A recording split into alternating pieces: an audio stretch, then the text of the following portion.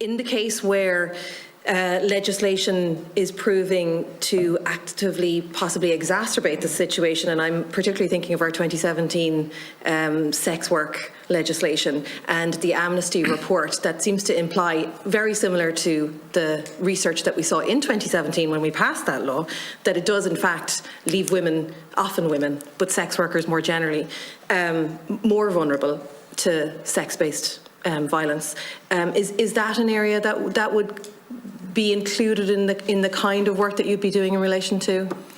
I understand that when that legislation was passed, there was a requirement for a review of it to take place within 3 years. I understand that review is underway at the moment. I know I certainly made submissions, it was just shortly after I became elected, to the then Minister for Justice in terms of the terms of reference of that review, and particularly that the views of sex workers would be considered and the impact, all impacts, positive or negative impacts of that legislation would be considered.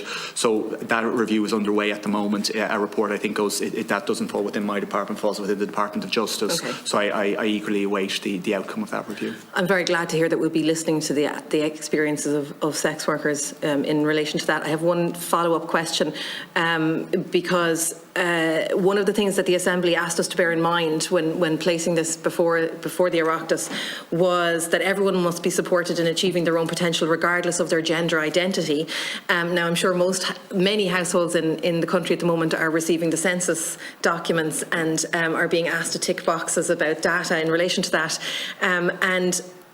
While we have come a long way in that regard, there are areas where we don't really recognise people's right to identify as non-binary, and I'm wondering, would that be included in the scope of some of this work? I'm particularly concerned around, I suppose, data collection, public health data collection, disaggregated data, but also in the sphere of education and many other areas. Well, currently my department is working in conjunction with the Department of Public Expenditure on a new equality data strategy. And I think that's really important in terms of ensuring that we have data that is allows us to kind of do deep dives on particular maybe minority communities who within that kind of wider disaggregated data mightn't be particular issues affecting them mightn't be picked up, but I think that data strategy should also address the issues that you address. And like I recall even on school board of management boards changing forms to ensure that